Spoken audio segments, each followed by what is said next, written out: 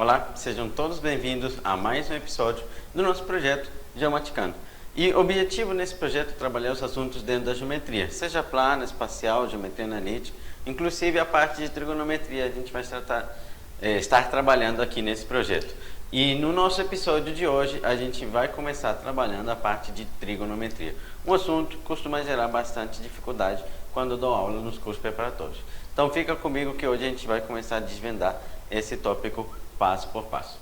Bem, e o primeiro que a gente deve saber ou conhecer sobre a parte de trigonometria é que a gente vai passar a descobrir ou mais ou menos calcular, digamos assim, os valores, sim, que representam o seno, cosseno e tangente de arcos, sejam eles valores, digamos, positivos, negativos ou nulos. A gente vai passar a tentar descobrir o que acontece com o valor do seno de um ângulo quando eu aumento o ângulo ou, digamos, também diminuo.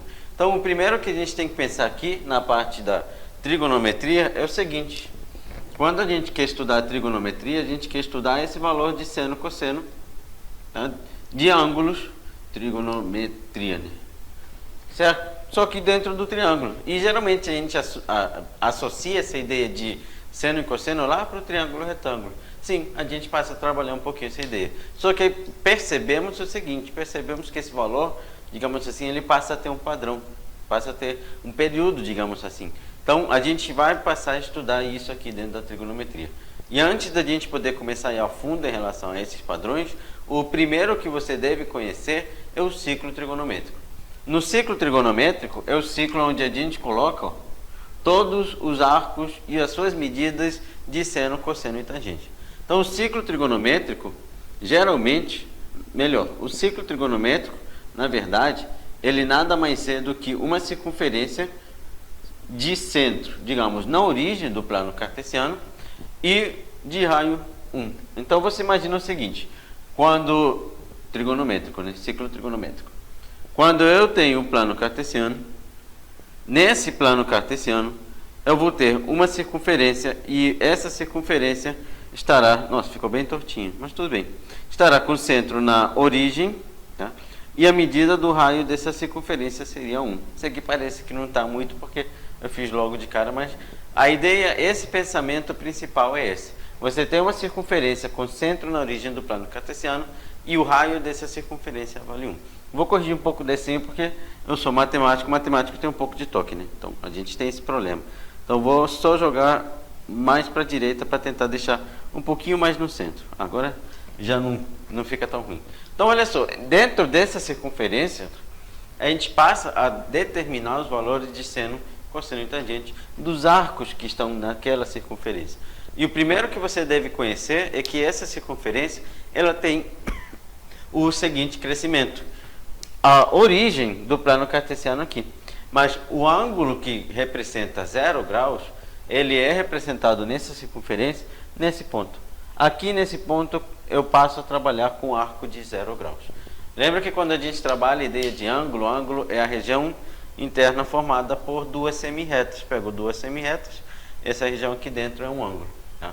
E quando eu estou trabalhando com ângulo de 0 graus, é que as duas semirretas são coincidentes, né? Uma está em cima da outra. Então você nem abriu, não teve nem abertura. E esse ângulo de 0 graus é representado nesse ponto. À medida que você vai abrindo, eu preciso lembrar que o plano cartesiano ele é formado por duas retas perpendiculares. Tá? Então, basicamente, o ângulo que eu tenho aqui é um ângulo de 90 graus. Então, onde estaria posicionado o arco de 90 graus? Ele estaria posicionado nesse ponto aqui. E sabendo disso, eu vou poder afirmar que esse ponto aqui representa o arco de 180 graus. E sabendo disso, também vou poder afirmar que esse ponto aqui vai representar o arco de 270 graus. Que é só ir somando de 90 a 90, repara? E se eu venho e chego aqui, eu dou uma volta completa. E qual é o ângulo que representa uma volta completa? 360 graus. Esse ponto não vai representar somente 0 graus. Ele vai representar 0 ou 360. Tá? Então esse aqui é o que a gente chama de o ciclo trigonométrico. Esse ciclo trigonométrico, você já deve ter dado uma olhada, ele é separado em 4 pedaços, né? Então, cada um desses pedaços são chamados de quadrantes. Esse aqui será o primeiro quadrante, esse aqui será o segundo quadrante, esse aqui será o terceiro quadrante e esse aqui será o quarto quadrante. Esses são os 4 quadrantes do ciclo trigonométrico. Claro que quando a gente trabalha a ideia de ângulo lá na geometria plana, geralmente a gente costuma dizer para você que a medida do ângulo ela não pode ser negativa, porque ela representa uma abertura, concorda? E ao mesmo tempo a gente costuma dizer que o maior ângulo que você consegue formar por 2 semi-retas é um ângulo de 360 graus. Então isso daí é trabalhado lá na geometria plana. Mas aqui a gente passa a perceber esse padrão, digamos que passa a ver que os valores começam a se repetir quando você ultrapassa esse arco de 360 graus. E basicamente o que você deve saber é que agora o maior ângulo que a gente trabalha, que vai poder calcular medidas de seno, cosseno e tangente, não vai ser o de 360. Pode ser o de 1440, pode ser o 2700. Então a gente passa a trabalhar com valores acima de 360. E o mesmo pensamento para os valores negativos. Eu também posso determinar o valor de um arco negativo. A ideia do arco ser positivo ou negativo é bem simples, tá? Porque se eu venho no sentido anti-horário, os meus arcos são positivos. Se você decidir ir no sentido horário, os arcos serão negativos. Então repara bem, esse arco de 270 graus, no sentido anti-horário, ele pode ser representado como um arco de menos 90 graus, porque eu voltei em 90 naquele ciclo. Né? Então tudo basicamente se resume a esse ciclo trigonométrico.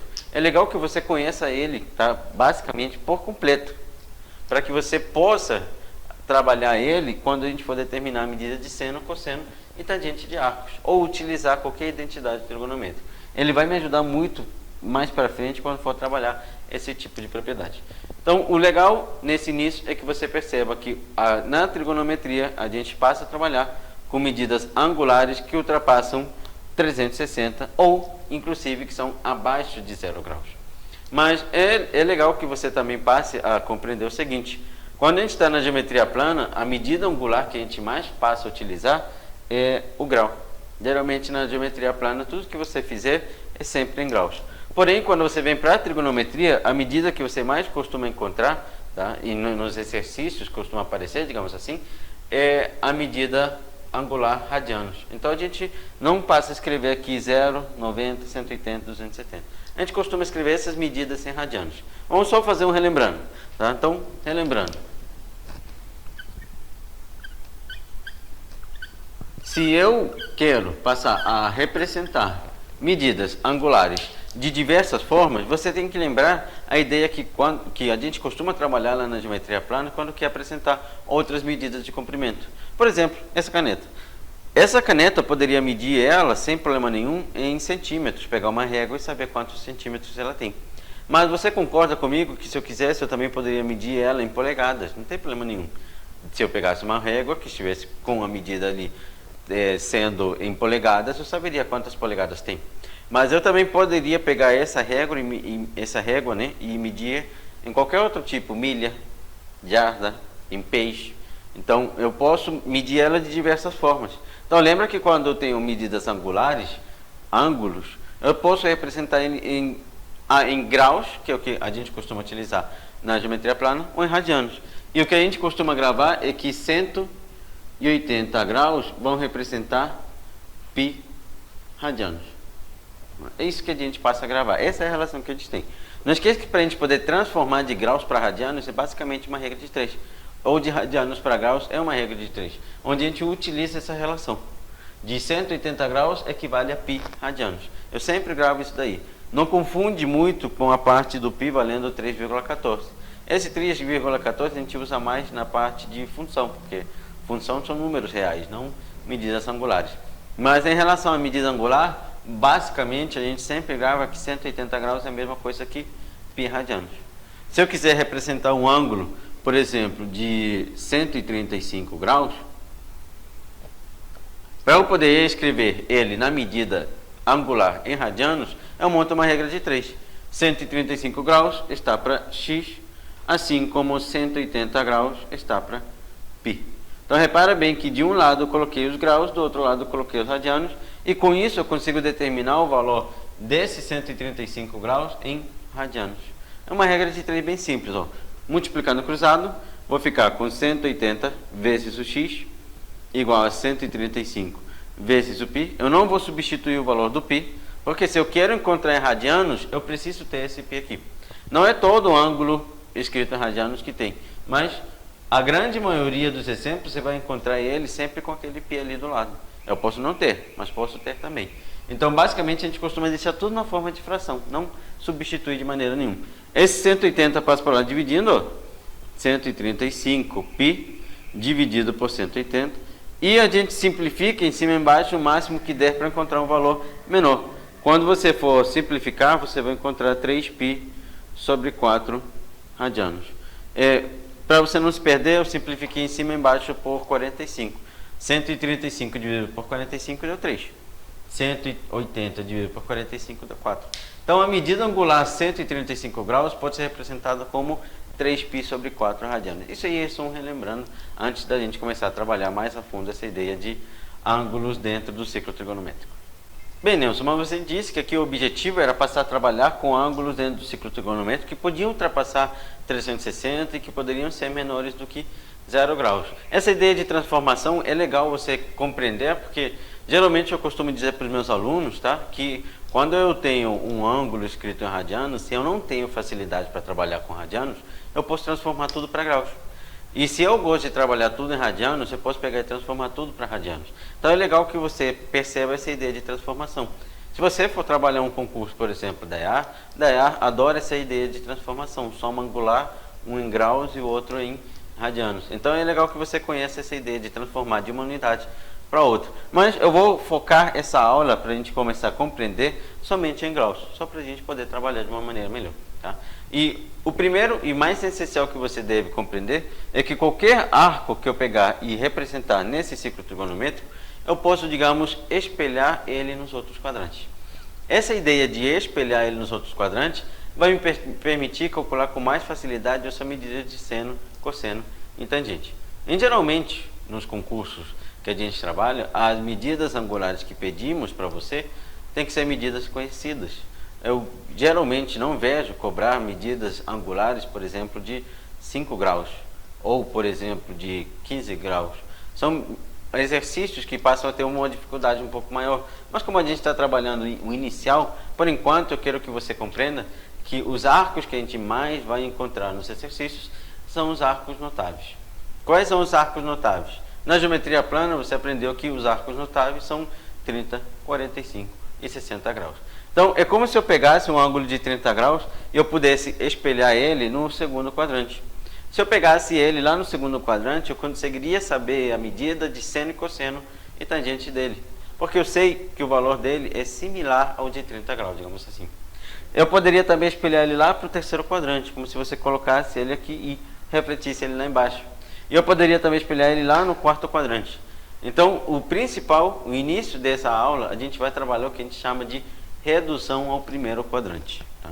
Então, a redução ao primeiro quadrante, ela trata redução ao primeiro quadrante.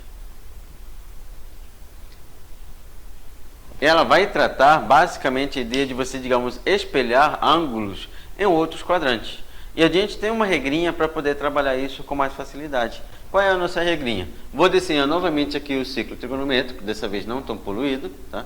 Eu coloco o eixo X e o eixo Y do plano cartesiano, onde você vai poder garantir o seguinte: se você pegar um ângulo qualquer, por exemplo, alfa, que esteja representado lá no primeiro quadrante, eu vou poder afirmar que a medida dele lá no segundo quadrante será escrita como 180 menos alfa. Eu não vou focar muito na ideia de demonstração em relação a essas fórmulas, tá? Mas isso vem da ideia de retas, onde você tem retas concorrentes e tem ângulos opostos pelo vértice. Então eu poderia trabalhar com essa ideia de ângulos opostos pelo vértice para garantir que esse ângulo vale 180 menos alfa. Mas de um jeito mais simples de você compreender, você imagina o seguinte: se eu estou parado aqui e eu vou subir 30 graus e eu quero espelhar ele no segundo quadrante, eu preciso parar aqui e subir 30 graus. Só que eu acabei de te ensinar que no sentido horário você ganha, você perde, desculpa. E no sentido anti-horário, você ganha. Ó. No sentido anti-horário, ganha. No horário, perde. Então, se eu saio daqui e ando no sentido horário, eu vou perder alfa. Repara bem, se eu subo 30 de um lado, eu preciso voltar 30 do outro. Aí eu encontro ele lá no segundo quadrante. O mesmo pensamento se repetiria para o terceiro e quarto quadrante, onde eu vou encontrar aquele ângulo alfa posicionado nesse ponto. E o valor dele seria 180 mais alfa. Porque dessa vez, quando você está parado nesse ponto, você precisa andar nesse sentido, sentido anti-horário. Sentido anti-horário você ganha alfa. E quando eu quero encontrar ele lá no quarto quadrante, a gente sabe que o valor dele vai ser 360 menos alfa. Então, olha só, se eu quero encontrar, por exemplo, quais são os valores de 30 graus no segundo, terceiro e quarto quadrante, eu vou trabalhar da seguinte forma. 30 graus. Como é que eu posso trabalhar com ângulo de 30 graus em outros quadrantes? Eu vou pensar sempre assim, eu tenho um ciclo trigonométrico, onde o ângulo de 30 graus estaria posicionado aqui, não vou me preocupar muito com a ideia de escala por enquanto, tá? E o ângulo que ele representa no segundo quadrante vai ser 180 menos 30. E 180 menos 30 vai te dar o quê? 150 graus. O valor dele espelhado lá para o segundo quadrante vai valer 150 graus. Se eu quiser encontrar ele lá no terceiro quadrante, lembra que a regrinha é pegar 180 e somar 30. Então aqui fica 180 mais 30, que vai me dar 210 graus. Pronto, encontrei ele lá no terceiro quadrante. Se eu quero encontrar o valor dele no quarto quadrante, o valor dele vai ser 360 menos 30. Então o valor dele será 360 menos 30, vai ser 330 graus. Olha só, o que é essa ideia de redução ao primeiro quadrante? A redução ao primeiro quadrante me garante o seguinte: a redução de 150 graus no primeiro quadrante é 30. A redução de 210 graus lá no primeiro quadrante também é 30. A redução de 330 graus lá no primeiro quadrante é 30. A ideia de reduzir o primeiro quadrante é pegar ângulos que estão no segundo, terceiro e quarto quadrante e encontrar qual seria o valor deles se eles estivessem no primeiro. E dessa forma você pode associar o seguinte: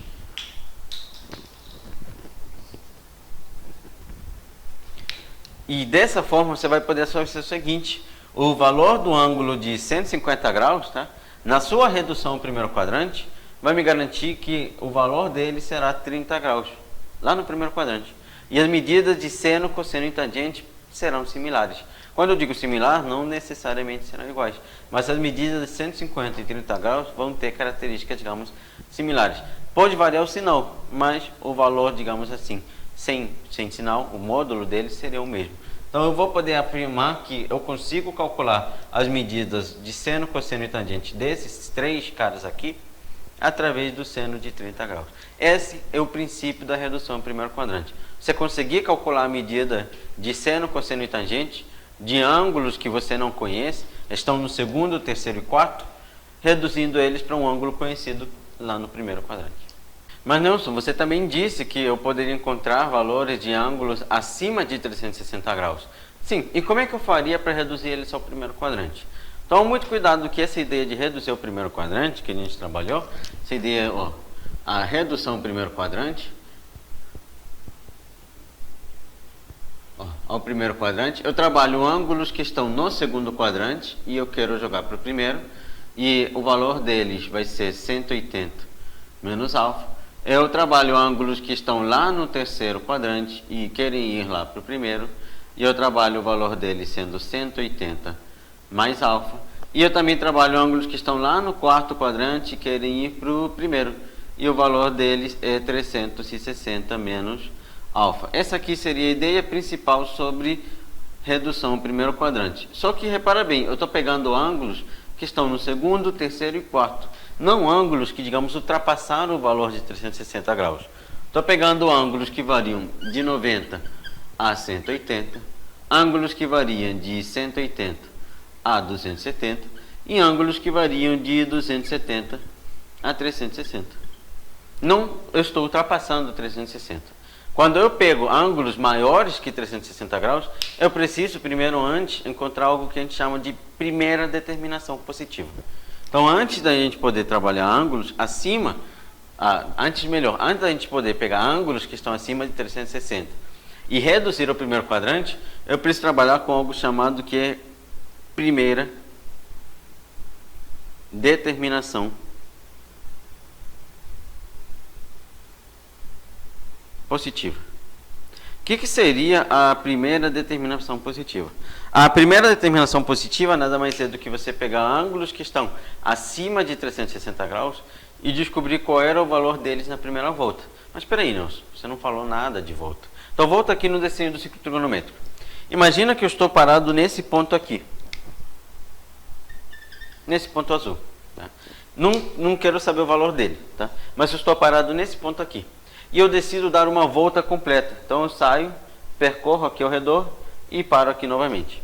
Repara bem que quando eu faço esse percurso, eu ando por todos esses ângulos e ultrapasso 360 até chegar àquele ponto.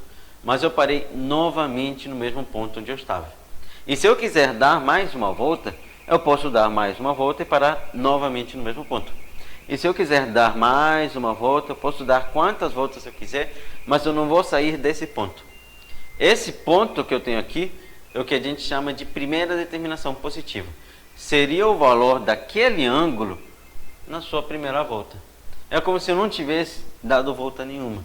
Então, os ângulos que estão acima de 360 graus, eu preciso descobrir o valor deles na sua primeira volta. E o procedimento não é muito difícil, não. É o quê? A primeira determinação positiva, ela é determinada pela seguinte relação. Eu vou pegar o ângulo que ele me der, por exemplo, eu vou chamar de θ. Vou pegar o ângulo θ que ele me deu, vou dividir por 360 graus. Vou dividir por 360 graus. É legal que você faça essa divisão aqui e não faça na calculadora, que a grande maioria, pelo menos uma boa parte dos meus alunos, quando tenta trabalhar na calculadora, esquecem que aqui o que me interessa é o resto. E eles não conseguem determinar o resto com facilidade na calculadora. É fácil determinar, mas eles têm dificuldade em encontrar esse resto. Então, eu preciso fazer aquela divisão tradicional, para eu poder encontrar o resto da divisão. Por quê? Porque quando eu divido por 360, o quociente vai representar o número de voltas que você deu, e o resto vai representar o que a gente chama da primeira determinação positiva. Seria o valor do ângulo na sua primeira volta. Vou chamar ele de alfa.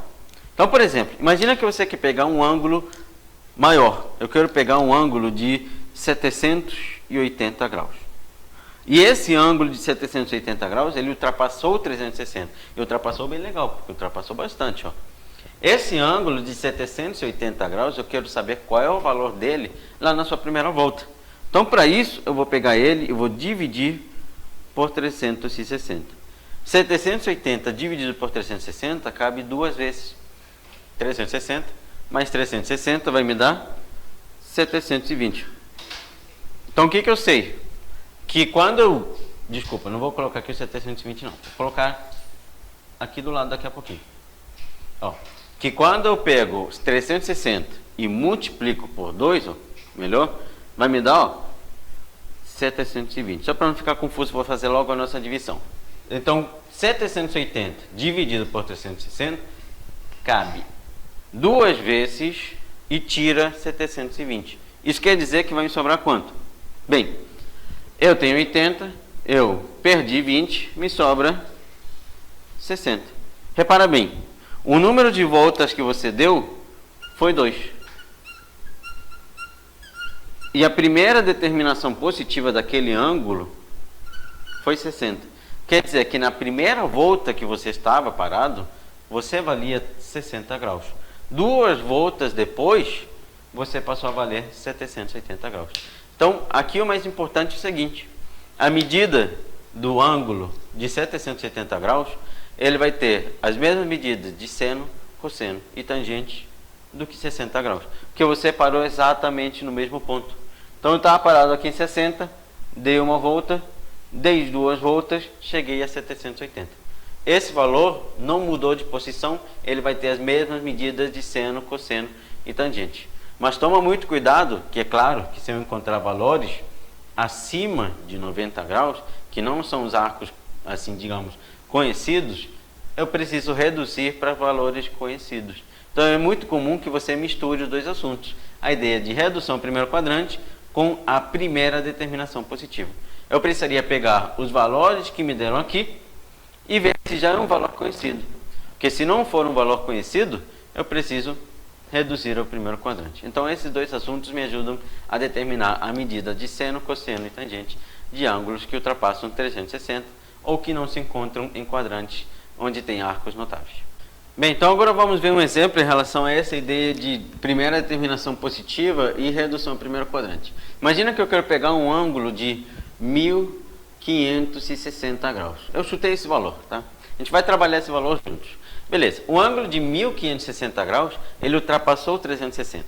E eu gostaria de determinar as medidas de seno, cosseno e tangente. Esse valor de seno, cosseno e tangente, a gente vai ver mais para frente qual vai ser o seu resultado. Mas eu quero primeiro saber quem é esse cara. Porque pelo valor que ele me deu, não dá para saber onde ele está logo de cara posicionado, concorda? Então, já que ultrapassou 360, eu vou pegar 1560 e vou dividir por 360 graus. Beleza, vamos dividir. Quando eu for dividir, eu posso lá já logo de cara perceber, tá? Isso daí vai para cada um, eu percebo também logo de cara, que esse valor, ele vai caber 4 vezes. Repara bem, quando eu pego 360 e multiplico por 4, vai me dar 1440. Então, para mim, vai caber 4 vezes. Vou tirar esses 1440 e vou encontrar o quê? É 0 aqui, né? 6 menos 4 me dá 2, 5 menos 4 vai me dar 1, e aqui zerou. Vou encontrar 120 graus.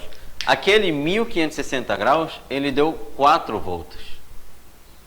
E além de dar aquelas 4 voltas, ele sobrou 120 graus. Então isso aqui é o que a gente chama da primeira determinação positiva.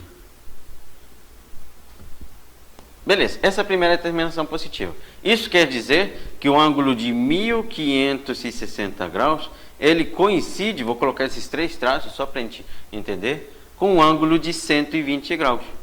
Quando você vê no ciclo trigonométrico, o 120 graus deve estar posicionado por aqui no segundo quadrante, concorda? E nesse mesmo lugar também vai estar posicionado 1560 graus. Só que é muito mais simples eu trabalhar com 120 do que com 1560. Então, eu reduzi para 120 graus. Só que beleza, ainda não sei o valor dele lá no primeiro quadrante.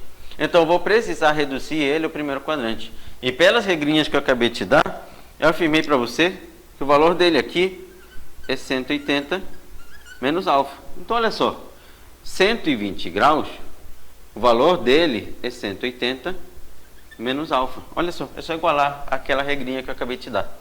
Então, vou poder afirmar, joga 120 para cá, alfa para lá. Alfa é 180 menos 120. Alfa vai valer 60 graus. O valor dele lá no primeiro quadrante é 60 graus. Então, mais interessante do que trabalhar com 120, a medida de seno, cosseno e tangente do aquele ângulo que ele me deu serão similares às medidas de 60 graus, que são valores conhecidos, que a gente já trabalha bastante na geometria plana. Então, são valores onde eu consigo determinar seu seno, cosseno e tangente com mais facilidade. E essa é a aplicação que a gente tem para redução ao primeiro quadrante e primeira determinação positiva aqui na trigonometria. Agora vamos pegar um valor negativo para a gente entender também a ideia quando trabalhamos com ângulos negativos. A ideia da primeira determinação é simples, é sempre a mesma. É você pegar o valor que ele te deu, se passou 360 graus, você pegar ele e dividir por 360. 440 dividido por 360 graus vai caber apenas uma vez. Vou tirar 360 aqui, ó. Vai ficar o quê? Pega aqui emprestado, vira 8. Então, vou ficar com 80 graus. Só que lembra que é negativo, né? Menos 80 graus. O que menos 80 quer dizer para você? Que no ciclo trigonométrico, a primeira determinação positiva daquele cara, positiva não, porque me deu o valor negativo, né? O valor daquele cara na sua primeira volta seria o quê? Seria menos 80, seria voltando. ele estaria parado por aqui. Então, na verdade, ele é um ângulo que está lá no quarto quadrante, concorda? Então, esse ângulo que está lá no quarto quadrante, eu saberia calcular sua medida de seno, cosseno e tangente se ele fosse um valor positivo. E como é que eu vou fazer para transformar ele num valor positivo? Eu faço da seguinte forma: se eu voltei 80, é porque eu estava em 360 e perdi 80. Lembra que no sentido horário perde? Então, você estava em 360 e perdeu 80. Quando você perde 80, você fica com, perde 60, perde 20, fica com 280 graus. O valor dele, na sua primeira determinação positiva, é 280. Esse menos 80 graus, ele é similar a 280 graus. Ambos ocupam a mesma posição. Ambos são pontos coincidentes. Ambos vão ter a mesma medida de seno, cosseno e tangente. Só que beleza, mesmo assim, em vez de trabalhar com menos 80, que é negativo, é melhor trabalhar com 280, que é positivo. Mas ele ainda não é um ângulo que é conhecido, ou seja, um ângulo do primeiro quadrante. Então, eu preciso reduzir o primeiro quadrante. De que maneira? Lembra que nesse quarto quadrante, a relação é 360 menos alfa. Então, 280 é igual a quem? Bem, aqui ele vale 280 graus, não é isso? Então, eu preciso trabalhar com essa relação daqui. 280 é igual a 360 menos alfa. Troca para lá, alfa veio positivo, 360 perde 280, tá vendo? Vai para lá negativo. Quando eu pego 360 e perco 280, eu vou ficar com o quê? Vou ficar com 80. Então, olha só, eu tinha 360, perdi 280. O valor da redução ao primeiro quadrante é 80 graus. Aí os valores de 80 graus devem ser conhecidos. Claro que ele não é um arco notável, mas em geral, nesse tipo de questão, ele te dá a medida de seno, cosseno e tangente de 80 graus para facilitar a sua vida. Então, olha só, a primeira determinação positiva de menos 440 é 280 graus. E a sua redução ao primeiro quadrante será 80 graus. Então, eu consigo determinar suas medidas através de 80 graus. E com isso a gente encerra esse primeiro episódio do nosso trabalho de Geomaticando, onde aqui o objetivo é trabalhar a trigonometria, a geometria plana, espacial e analítica, de maneira a te ajudar a compreender todos os assuntos de uma maneira bem mais simples. Esse primeiro episódio a gente só trabalhou a parte da redução ao primeiro quadrante e da primeira determinação positiva. Eu apresentei um pouquinho do ciclo trigonométrico. Para não ficar tão extenso, nos próximos episódios vamos ir mais fundo no cálculo de seno, cosseno e tangente de ângulos em qualquer um desses quadrantes. Então, não perde os próximos episódios e nos vemos em breve. Forte abraço a todos.